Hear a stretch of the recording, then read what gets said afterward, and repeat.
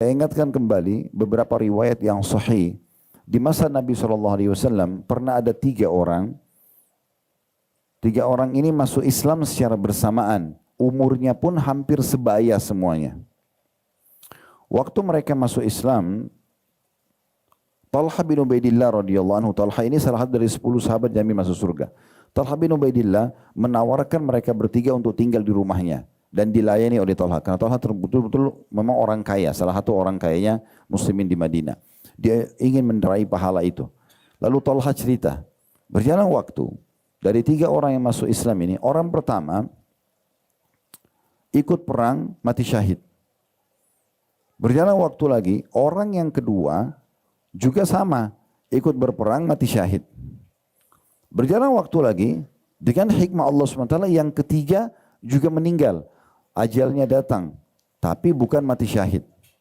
Malam harinya setelah menguburkan orang yang ketiga, Talha bin Ubaidillah dimimpikan oleh Allah Subhanahu wa taala itu melihat di surga orang yang terakhir mati biasa bukan mati syahid, itu orang yang paling tinggi derajatnya di surga.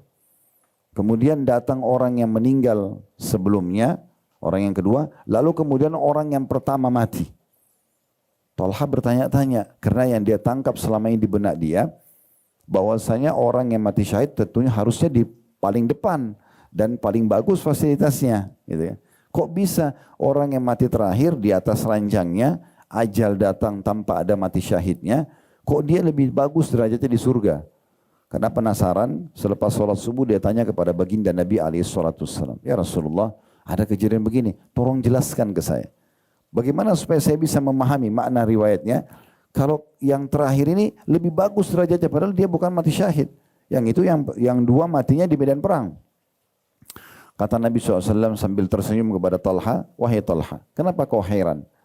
Mana penilaianmu terhadap orang yang mati terakhir ini, dari sholatnya yang sempat dia kerjakan beberapa hari setelah dua temannya mati syahid. Dari puasanya, dari zikirnya, dari sedekahnya. Apa makna riwayat ini teman-teman sekalian? Kalau antum punya satu teman yang kira-kira sebaya umurnya, anggaplah sama tahun lahirnya. Contoh orang lahir tahun 80 misalnya. Ada teman-teman kita yang sebaya umur 80, lahir tahun 80-an Masehi juga, 1980. Kemudian si A sama si B lah kita anggap ya. Tidak usah kita beri contoh kepada antum, tapi si A sama si B. Si A ini dia diberikan oleh Allah Subhanahu wa taala umur 45 tahun. Dia beribadah. Si B juga sama diberikan umur 45 tahun tapi lebih beberapa hari saja. Lebihnya mungkin cuma 5 hari, 6 hari.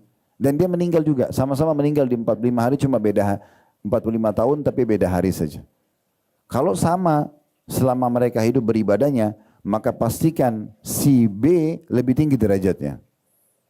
Hanya dengan dia sempat beribadah beberapa hari itu. Ini riwayat sahih.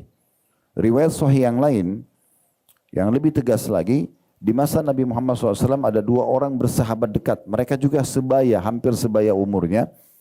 Kemudian si A-nya yang pertama mati syahid.